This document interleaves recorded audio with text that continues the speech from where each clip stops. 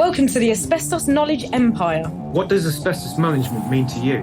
I used to really struggle with the asbestos management at my site, but now it's a breeze. It used to be really expensive. I was paying loads, but now I've got my asbestos power team in place. It's so much easier.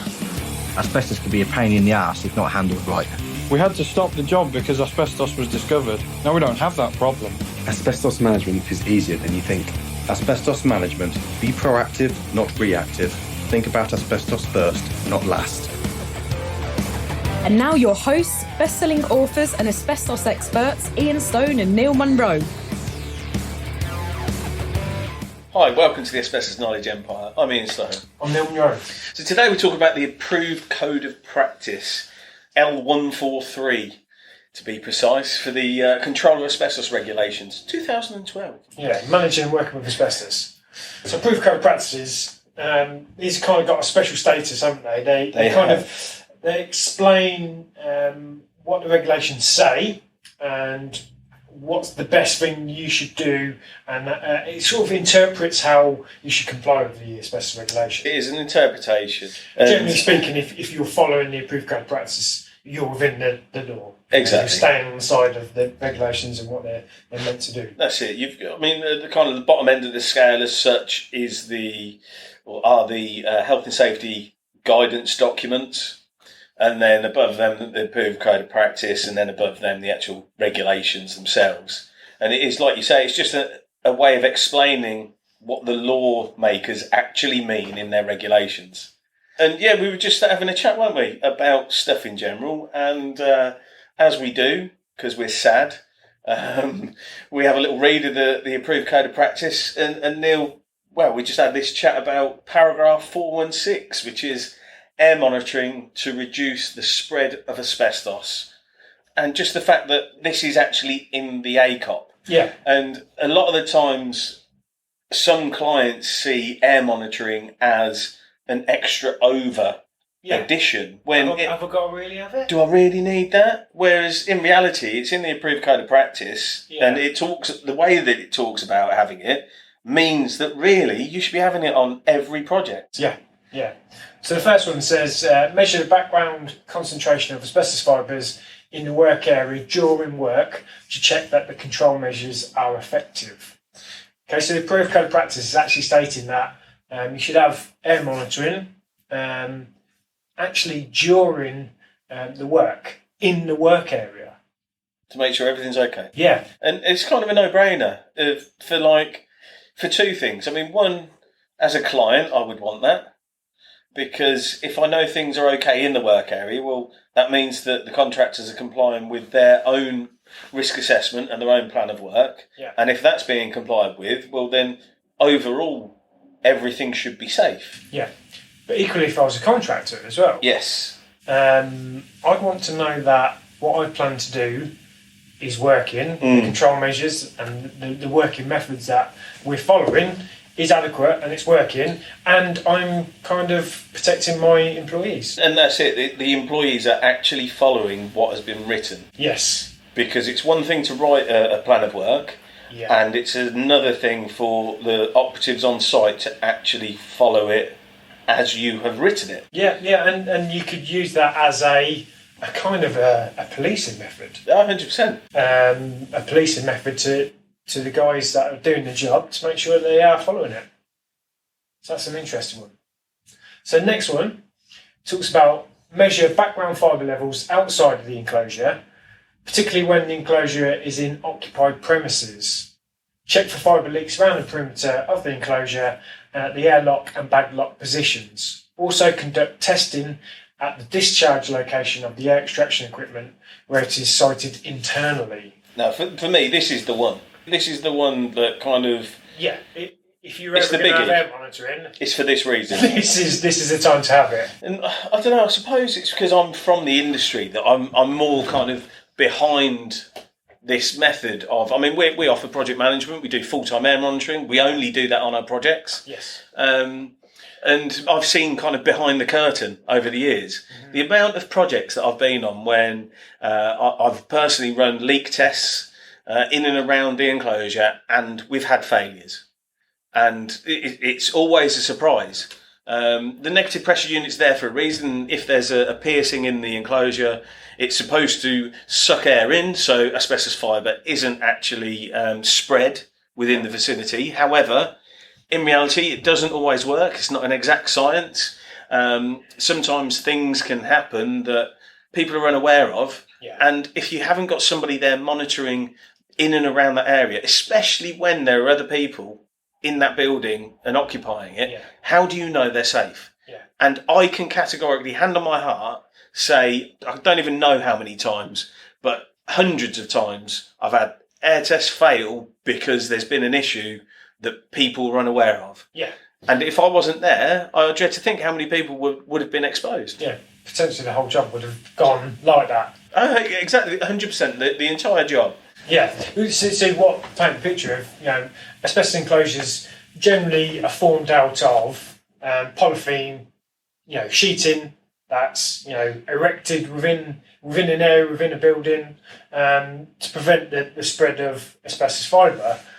Now, because of the nature of the materials that are used, polythene sheeting, tape, staples, spray tack, stuff like this, it's they can quite easily fail, can't they? It's easy, especially when it's warmer conditions or in buildings with heating on, even. Or even total opposite, even when it's cold, they can fail. They can become brittle and come off. And we're only talking about sticky tape holding it up. Yeah, basically. Gaffer tape, duct tape, whatever you want to call it. And there are times when the sheeting comes away from a surface and it's hard to see. Yeah, and it can only be a minute kind of area where it's failed. It's literally peeled away from the the fixing.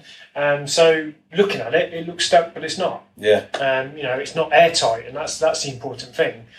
100%, I would never have a license asbestos removal project undertaken without this type of air monitoring. No, I just wouldn't do it. No, it's there for. It's there for two reasons, really. One, it's to make sure that people aren't getting exposed and everything is happening okay.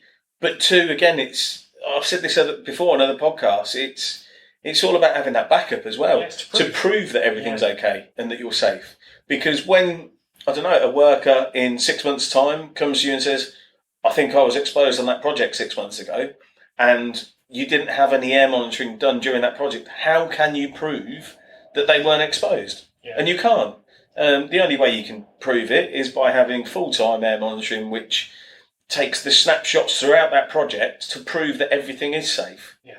And that's the thing. At the point of something not being safe and at the point of a leak happening, you're literally on it. You've got somebody there that can stop the works. They then stop the job, clean down the area, get everything safe, fix whatever issue it was, and identify that. Which, like you say, if you don't have that air monitoring, a project could go on for weeks and weeks and weeks, and nobody would know that the entire area outside the enclosure is being contaminated. Yeah, and people have been exposed. Yeah, it's madness. And that's the thing. It's not an extra over. It's not an additional cost. It's not like when you go to McDonald's and would you like fries with this? Yeah. It's not that kind of upsell. Yeah. This is in the approved code of practice. And for me, it's an essential. It is essential. It's an essential for the project to be completed in a safe manner. So next one then. Next one is measure background fibre levels inside the enclosure when the asbestos work is complete to ensure that it has been thoroughly cleaned and decontaminated before dismantling. Now this is basically wrapped up within the 4-stage clearance. Yeah. So there's no getting around that. There's no getting around that. Yeah. But it's interesting how they've included it in this as well, though. Yes. Which gives the other ones more weight as well. I would say so, because like you say, it's already listed in the fact of you need a 4-stage clearance at the end of a licensed job. Yeah. But the fact that they've relisted it here in this section, like you say, it kind of drags those others perceived additionals on par with this. Yeah, it's on par, and it is on par, because essentially it's doing exactly the same job of is this area safe or not. That's it. So the next one is carry out measurements for reassurance, e.g. after accidental release of asbestos fibres. And again, that's there. It's a pretty obvious one. If there is a damage or a break of asbestos on site, accidentally during construction work, whatever, it's not only about that immediate area being cleaned up. It is identifying whether the air in and around that vicinity is safe to reoccupy. There's a bit of debris on the floor, that gets picked up and removed. Okay, that's one thing. But that's the problem with asbestos and asbestos fibres, is they become airborne. And when they're airborne, that's when they become respirable, and that's when we breathe them in, and that's when people get exposed to asbestos. Yeah. And the only way to identify whether there is asbestos fibre in the air or not is by having air monitoring undertaken. Yeah, definitely. And I'd also add to that, reassurance air monitoring after the asbestos enclosures have been dismantled. 100%, definitely. Because, as you know, the enclosure has been certified as free from all asbestos, dust and debris. The air monitoring within that enclosure is all satisfactory. However, with the dismantling process, there may be asbestos fibre or debris trapped within the actual sheeting itself. Mm-hmm. And having reassurance air monitoring during and after this process only confirms that nothing has been released and it is safe to then reoccupy. It just backs up the whole 4-stage clearance process, doesn't it? It backs up of what we've seen. Yeah. We've actually proven with the scientific method of we've tested the air and the air is safe. Yeah, because don't forget, as we're moving the enclosure materials, those enclosure materials are treated as asbestos waste. They have to go as asbestos waste. So essentially, dismantling the enclosure is you're removing asbestos waste. So having reassurance air monitoring just confirms that has been done safely. Mm. I'd say to you, if you were considering having a project undertaken and you were umming and ahhing about whether to have project management or asbestos works undertaken, I mean, one, like I say, we've just mentioned, it's in the approved code of practice. It's there in black and white. Take a read for yourself. It's paragraph 416. You can have a read of that and digest it. But to back that up, I would also consider the barrister test or the court case test, whichever you want to call it. And whenever you make an action and decision about things, projects or in your life, I would always consider that, I don't know, right now you might think, yeah, it's okay, we don't need it, we can get away with it. Fair enough. But what about in 1, 2, 10 years' time, and you're standing there in court and a barrister is questioning you on your actions of, did you actually make the right decision? How did you come to that decision of, I didn't need air testing, whereas I now put it to you that so-and-so was exposed and that's why we're here in court today. And that's the thing, you can't go back to any records. You can't go and back it up and say, well, look, I didn't have air testing because, I didn't have the budget or I couldn't be bothered or I thought we didn't need it. Well, that kind of doesn't wash in court. No. And I would personally rather go to court having that paperwork to back up my decision that proves that at least I've done everything in my power to make sure everybody is safe in and around that area. Yeah, that's a good point. In any of these legal cases, the first place that they start is they review the regulations and the approved code of practices. Yes. And they measure against what's stated in here to what you've done. Yeah. And it's hard to argue against when it's in black and white. It says there. That's the thing. So you've got guidance, you've got the approved code of practice, and then you've got the regulations. Well, the theory is if you comply with the guidance, you're complying with law. If you comply with the approved code of practice, you're complying with law. And if you're complying with the regulations, you are complying with law. Now, the approved code of practice and the guidance, you don't necessarily need to follow those to the T. However, they're there and written for a reason. Like I say, if you are complying with those and following those, then you are compliant. Yeah. If you step away from that, you better have a bloody damn good explanation of why you're doing what you're doing instead of following the guidance in the approved code of practice. Yeah, you would need to prove in court that you have complied with the regulations in another way.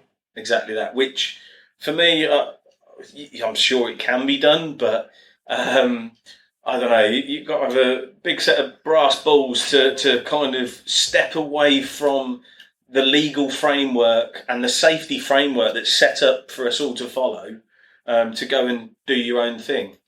So that's just some considerations there. Like I say, it's kind of the approved code of practice states about air monitoring through projects, and I mean, we offer air monitoring and project management for all of our projects. We don't work with clients that don't want that, because we only want to work with people that have got the kind of same mindset of us, really, of looking after people, making sure projects are safe, making sure the areas are safe before, during and after. So yeah, if you need assistance on a project or you want to discuss it and what we can do for you, then contact us at Acorn Analytical Services. If you've got any other questions or issue, contact us through that or through the Asbestos Knowledge Empire Facebook community. Always glad to have a chat. Okay, so that's it for now. Remember, asbestos first, not last.